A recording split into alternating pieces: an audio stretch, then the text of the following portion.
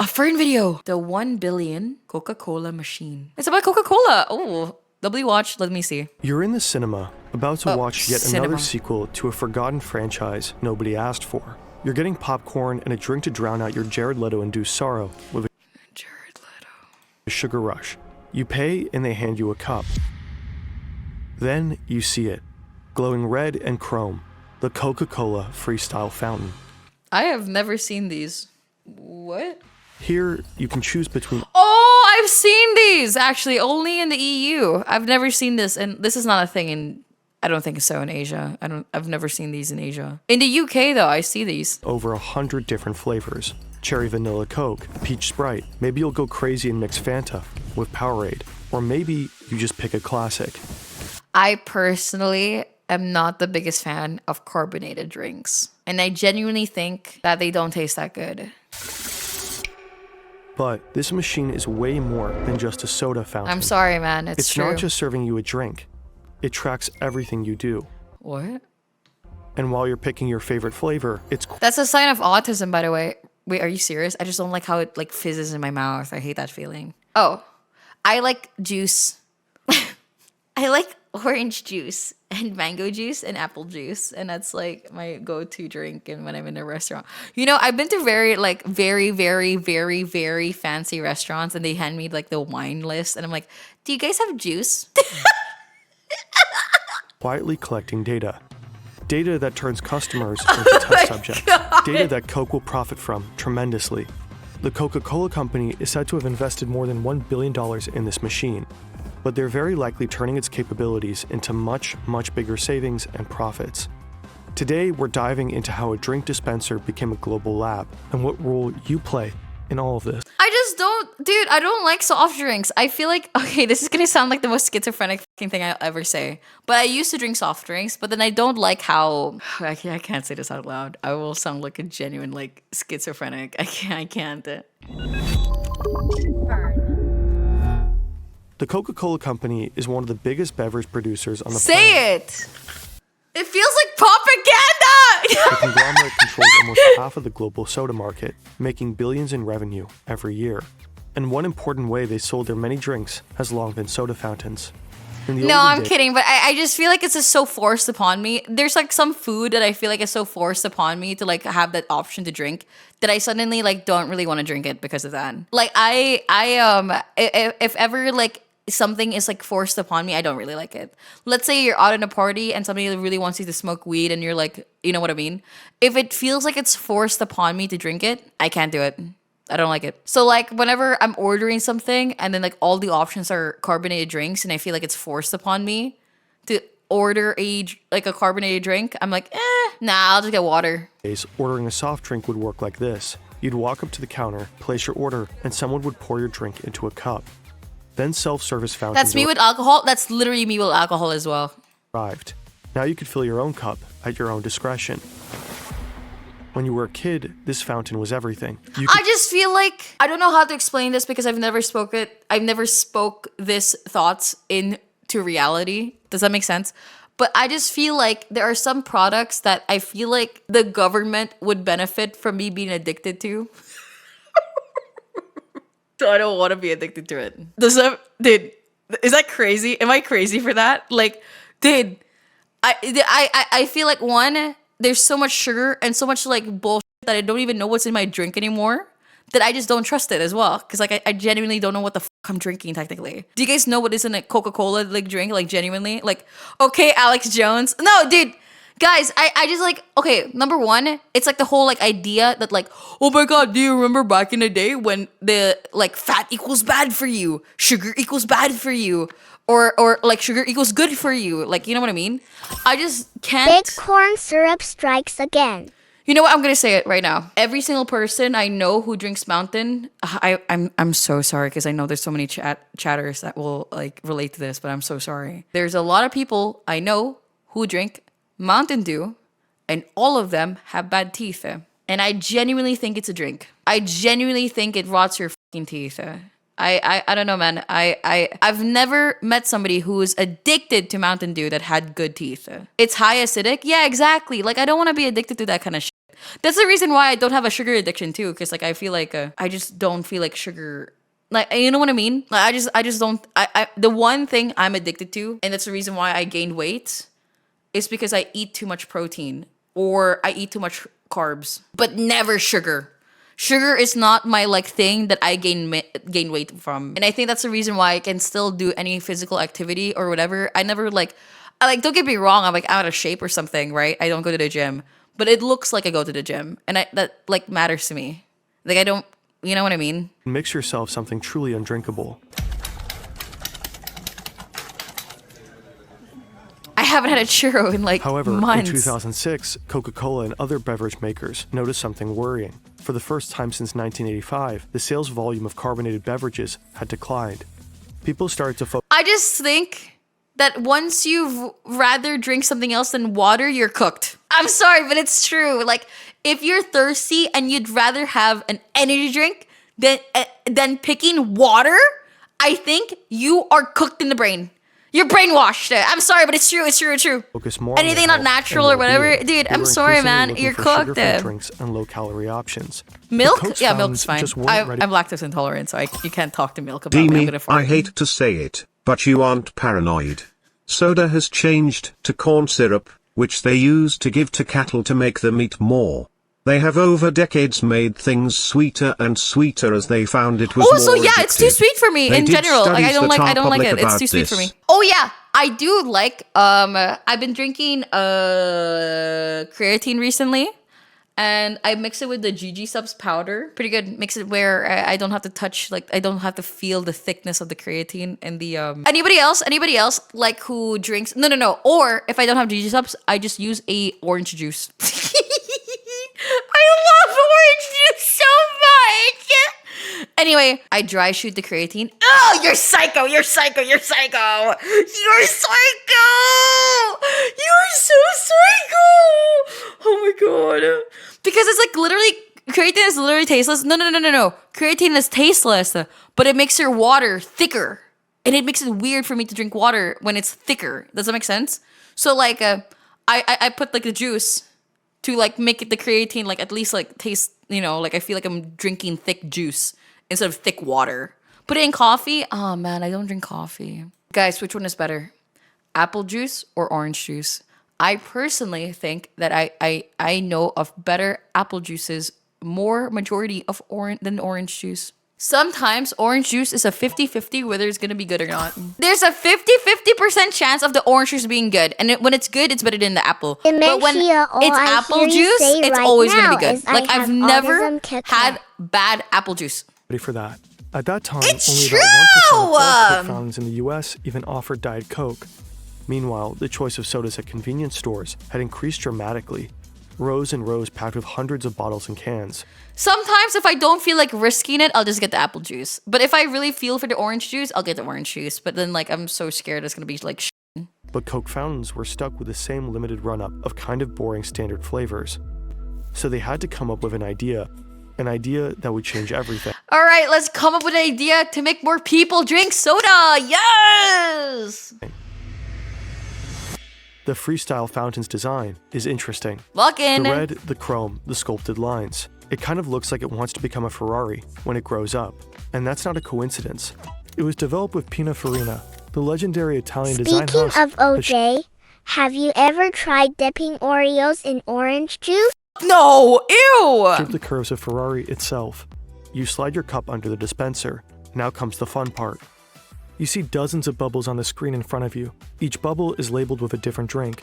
Mezzomix. Never heard of Coca-Cola, that. Powerade, Lift, Fuse Tea, and Kinley. Never heard of that In total, too. you could choose over 100 drinks. Back when you were a kid, this would have been impossible. Restaurants used massive 19-liter syrup canisters for every single drink option. Nowadays, all these flavors fit into just about 30 tiny cartridges. The cartridge design is inspired by medical tech. What? Where precise dosing is critical. Just as insulin pumps deliver exact amounts of medication almost drop by drop, the freestyle system carefully meters syrup and carbonated water for each pour. In theory, every pour is perfectly measured, drop Why by drop. is my hand going through my body? What is it tracking? What does it think I have my hand in? Turning your drink into a... My shirt! Oh my, I have a skull in my shirt and it thinks it's a hand. Does it actually? No way! Precise masterpiece. But Coke from a freestyle fountain actually tends to taste a little different from the one you buy in the supermarket. In contrast to the old canister systems that pre-mix syrup and sweetener, freestyle keeps flavors, sweeteners, and carbonated water separate. I had no idea that it's actually that small. That's crazy to me. Now, when you press the button, the flavor, sugar, and carbonated water are combined on demand. This can make your Coke taste slightly different from other preparations. Staring at the bubbly screen, curiosity kicks in. You came in for your usual, but you gotta admit, some options here are tempting. You tap the Powerade bubble, and suddenly a whole lineup appears. Powerade Raspberry, Powerade Lemon, Powerade Strawberry. So many choices. Which one to pick? You even mix a drink that doesn't exist before. You could create your own secret flavor. And won't that make you special? Okay, I'm too autistic for this. You know what it is? I hate trying out new things. I hate it. When I'm the type of person that when I go to a restaurant, I order the same fucking shit. I will die with this order. Like I will never there's never a time where I'm like, you know what? I think I'm gonna try something different today. No, I will never try something different. I like ordering the same fucking thing. I want the same fucking thing. You do not like change? Yeah, I don't like change. I like consistent. Dude, remember when I was losing weight in the Philippines? Did you know what I was eating? I was eating the same fucking salad wrapper every single fucking day. And when I couldn't eat that salad wrapper, I got so sad and depressed, and my whole day was out of whack. And I couldn't like handle it. And I was like, no. And like my whole day was like actually horrible. The freestyle fountain is fun. It lets you explore. It bewilders. It sparks curiosity. I just like the same thing. I don't know. Play. And that's exactly because of the thought of like, okay, like if I get something wrong and if I don't like this drink, then I'm fucked, because like now I'm stuck with this drink and I don't want to throw it away because that will be wasteful. So here I order in a restaurant something new that I might like. And what happens if I don't like it? I just wasted my money, and like now I'm hungry, and I'm now unhappy, and now I see it's a lot of stress. exactly the point. Coca-Cola doesn't just want to sell you a beverage. It wants you to feel something. This technique is called experience marketing. Right here in front of this machine. You're not This will not work on me. I will see this machine and order like the same fucking Minute Maid fucking apple juice or like whatever the like you'll not see me like clicking on like whatever or whatever. I'm gonna order the same fucking thing. choosing a flavor. You're Sprite, interacting with the brand. You are literally experiencing it. Every tap, every bubble, every How do you find out what you like and wrapped up to begin with? Okay, I have a big family, so I would just eat what everybody else eats first, and I would go with the classic or something. So I would always order, like, let's say the carbonara. Okay, that's a classic. I'll try out the carbonara, and then I would like, and then my family would like, share the food. Oh, taste. My mom is sometimes a little bit annoying when it comes to sharing food. She legitimately, like, even when I don't want to taste her food, she'll take it as like a, oh, you don't want to try my food? And I'm like, Mommy, I'm really like, I really enjoy my food right now. I don't want to taste like something else. And she's like, no, I want you to eat it. I want you to try it too. And I'm like, okay, fine. I'll try your food. And so I try my mom's food. I'm like, it's good. It's good. Whatever she orders or whatever. Because my mom had always ordered a healthy thing. I don't really feel like eating healthy sometimes. You know what I mean? I want to eat my carbonara. And then my mom is like, do you like it? And I'm like, yeah, I love it. always pulls you deeper into the Coca-Cola universe.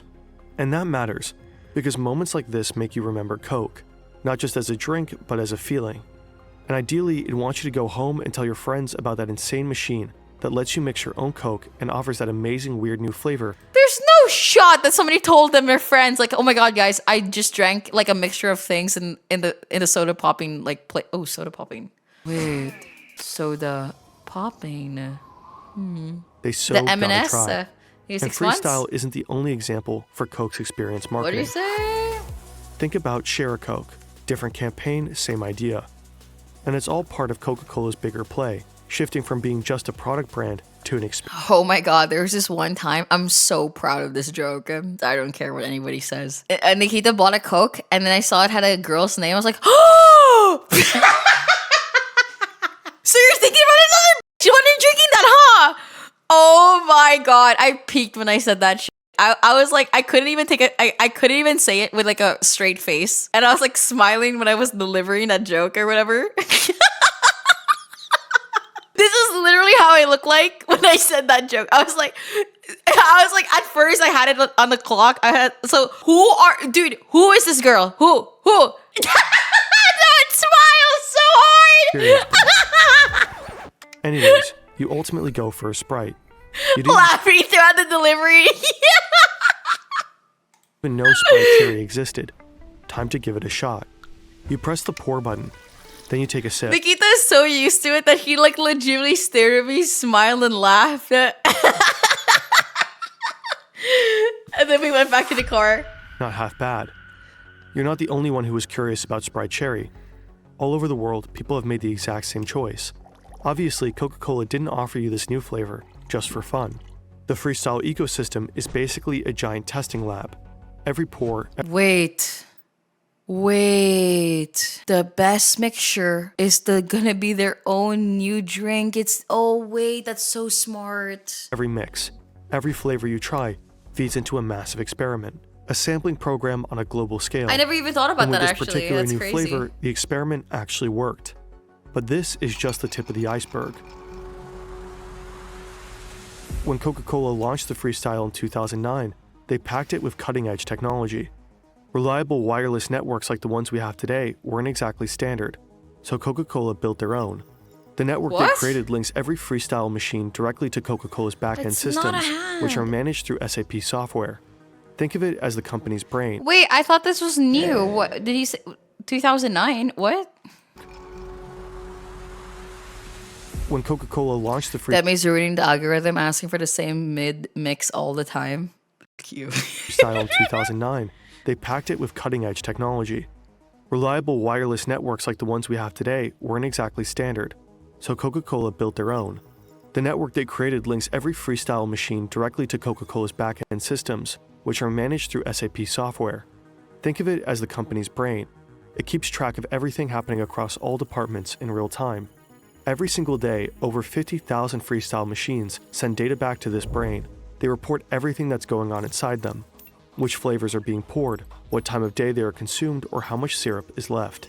You might not experiment with your drink choices, but many other people do. That is how Coca-Cola discovered that people really like Coke Orange Vanilla, Sprite Cherry, Sprite Strawberry, and Coke Cherry Vanilla. Some of these flavors started as user creations, combinations people kept mixing again and again at the Freestyle machine. Others, like Coke Orange Vanilla, were developed by Coca-Cola. The more people got these, the stronger the signal became, and what started as a tiny bubble on screen ultimately moved into full production. So that's why they made the cherry vanilla? Wait. Sure, you could argue the company might have released these flavors eventually either way, but with Freestyle, those decisions happen faster than before, and might be grounded in better data. But there's more. Before Freestyle, staff had to manually check those giant syrup canisters. They probably used inventory sheets, maybe did a bit of guesswork, and called or emailed Coca-Cola to reorder. Freestyle completely transformed fountain logistics. Damn. Every night, the system collects data from this Hi, exact Fire. machine and figures out how many units of each cartridge needs to be delivered to the cinema. And it's not just based on what you and your friends poured yesterday. Algorithms predict demand and even factor in planned promotions for specific beverages. Wait. The system There was a FNAF drink? demand and even factor in planned promotions. Is that actually a thing? Was there an actual FNAF drink? I would have bought that. I'm not gonna lie. I would have 100% bought that. I'm so sad. I feel like America has like everything that's so cool. Specific beverages. Because when I watched the The FNAF system movie here in the calculates which cartridges UK, need it refilling didn't. and automatically creates the It had it in the Philippines too. restocking orders. Those orders are sent straight to the distribution center, and from there, the cartridges are shipped Whatever. directly to the fountain locations. Don't talk to me. Every Freestyle machine on the planet is quietly syncing. Think about how smart this is. With Freestyle, Coca-Cola can optimize their entire fountain supply chain, streamline inventory management, make restocks more efficient, and even improve their production schedule. It's probably safe to assume that this alone saves the company millions and millions of dollars along the way. You know who else is saving millions and millions of dollars? Airplanes recently because of Ozempic and people becoming like lighter. The data streams don't only report back. Marketers at HQ can push new campaigns straight to the freestyle. Did you guys know that? Did you see that article? Whenever Holy Coke shit. to push a new campaign or change content, it required a full software update, during which the machine couldn't pour a single drink. What the f? Exactly ideal considering many fountains are located in high-traffic fast food chains. So in the mid-2010s, Coca-Cola integrated AirWatch, a modern device management platform. Now, instead of sending out a massive software update whenever marketers want to roll out a campaign, they could push tiny data packages. While receiving the configurations, the machines most likely stay fully operational. They simply download and display the new content, like this Halloween special. Dude, shit! What happens next is called nudging. A new flavor might be the first bubble you see, or a short teaser video might just catch your eye. You're still free to pick whatever you want, but those gentle nudges make you more likely to experiment. Thousands of individual recorded choices to try some bizarre Halloween flavor, all feeding directly into Coca-Cola's product development. But wait a minute. I don't know, man. You know, okay, this is also a reason why I don't like drinking soft drinks. It's because I feel like, you know, in Wall-E, when they were like drinking their like fucking meals or whatever. Try the new red. It's the new blue. Dude, I don't know, man. It feels exactly the same way. And I don't really like that. This little black dot up there, is that a camera? Is this thing recording you? Well, Coca-Cola did plan to install a camera in one of their freestyle models. Why? They included it in their spec sheet and described. Oh my god, facial recognition. Okay, so this guy's in his mid-20s ordering like Coke. Oh, so this is like the target demographic for this kind of like drink and etc. etc. It's to literally see the target demo. To see like, okay, so this guy is white, 20 and etc. etc. Live literal testing and everything. They know exactly what you might like. Based on your, like, you know, demo. With the words, future capability for motion sensing and facial recognition. This way, the company... Oh, okay, I see this girl is Asian, short, 5'2". Maybe Demi. Let's give her the orange juice. It could have tracked every smile when you mix flavors, every frown when it doesn't taste right after a little test sip, literally observing which combos make you happy or annoyed. Every Who the f drinks the... Oh, right. Yeah, that makes sense. Reaction is data. But could they really pull this off? Oh my god, the fucking data is gonna be absolutely cooked because I remember I always like try out Nikita's drink and I always make this face. And then now the machine is seen I'm making that fucking face. At least in theory. In Europe, for example, strict data protection laws such as general data protection regulations would likely not allow this to happen. In the US, as always, the EU. However, businesses and event venues are increasingly experimenting with facial analysis. Of course. I'm surprised that America is so this is so political. I'm so sorry, but I'm going to say it anyway. I'm surprised that America is so against China, but there's a lot of things that they hate China, but they do it too. And recognition technology in public spaces. So hypothetically, it might be feasible there. According to Fortune, in early 2024, AI company Quantify... Hey man, it's only good when I profit from it, right? ...referenced a facial recognition project tied to freestyle. In a now-removed entry on their website, it reportedly said, each vending machine comes with a camera... It's for different reasons, right? Becoming a multi-millionaire for money reasons. Hey man, it's okay when we do it because like we're making somebody a millionaire by doing this, right? ...installed, in which an image is captured for every customer interacting with the machine. Coca-Cola's marketing team aspired to use these images to generate insights on consumer preferences and usage patterns. Reportedly, Quantify built a machine learning model to detect customer demographics. Basically, the Coca-Cola company could know you're a guy in your 20s, standing here grabbing that Sprite cherry. What the f***? That's exactly the example I made. After Fortune asked questions, the post seemingly vanished. A spokesperson for Coca-Cola said cameras in freestyle fountains were just tested in a laboratory setting from 2018 to 2019. When we asked Coca-Cola about this, they did not respond. Sorry, am I shaking so much? Sorry, I am shaking in real life a lot. The technology is pretty impressive. A single globally deployed machine expanding flavor variety, strategically pushing experience marketing, enabling hyper-detailed flavor testing, micro-campaigning, and optimization of the supply chain. You probably stood in front of one of those before and never even had a clue. But there is this one central question we just couldn't shake. Just how much are they saving and making with this? In order to find out, we went down a rabbit hole, annual reports, analytics, figures, and company filings, only to realize there is no concrete data. Sure, I mean, Yo, Deem, I hope your day goes well. hi, Filian. Thanks for 11 months. And Cinnamon, thank you for we 8 found a months. few clues here and there, but we could barely make anything useful out of it, especially because gains from freestyle are tangled up with other projects. When we reached out to Coca-Cola for comment, they didn't respond, so we had to call in backup. Enter Yannick, the team spreadsheet Do you drink wizard, cola or who only dove into Sprite? everything we could find If out I about had to freestyle. drink, that's so funny that you said that. What the hell? If I had to drink a carbonated drink, it will always be Sprite. Yeah, I always go for Sprite. That's so weird. And started making sense of it. His analysis is split into 3 parts. First, payback. Let's start with Coca-Cola's assumed revenue from freestyle machines. To get a rough baseline, we looked at something similar, loyalty programs like Payback. Payback usually returns an estimated 0.5 to 3% of your spending. Sounds like a bad deal for them, but here's the thing, it works. Because when people get a little something in return, they tend to spend even more. And while they do, Payback collects tons of data, or what they buy, when they buy, and where they buy. You can't fully compare Payback to Coke Freestyle, but both follow the same idea. Encourage people to buy, and learn as much as possible while they do. The data collected through loyalty programs like Payback enables targeted marketing and personalized offers, helping deliver messages that are relevant to individual consumers. You know what? In the Philippines, we don't have the card. I only learned about this when I went to a foreign country. But in the Philippines, we're so old school that you have to get the physical card out, We can't just like pay by your phone.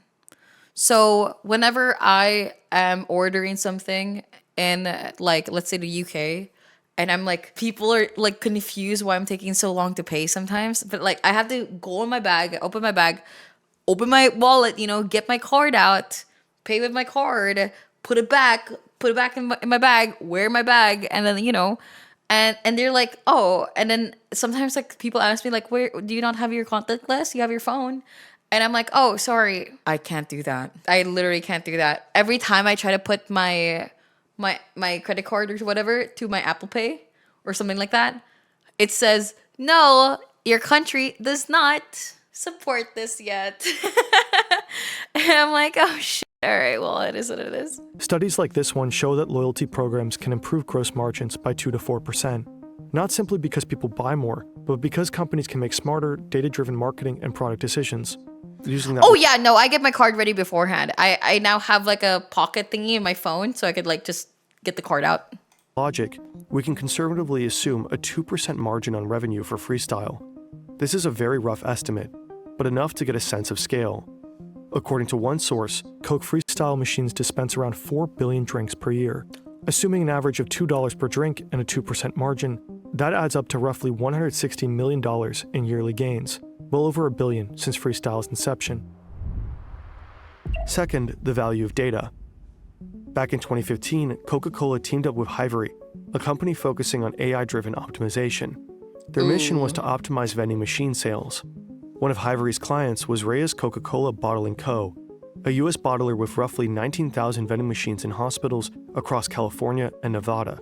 Oh my god, did you remember this ad campaign? It was so fucking cringy to me. NFC is now available in the Philippines just for Google Wallet. Oh really? Okay, I'll take your word for it. I'm gonna try Google Pay. Okay, I'm gonna try it soon. Let's see.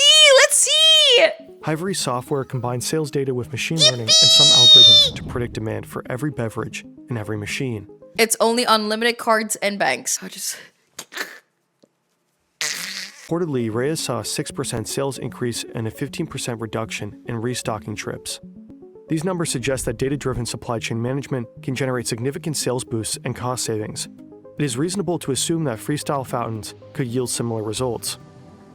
Some of the new flavors Coca-Cola launched based on their freestyle testing turned out about as popular as the deeply disappointing and unwanted sequel you're going to endure in a few minutes. Coke Cherry Vanilla, for example.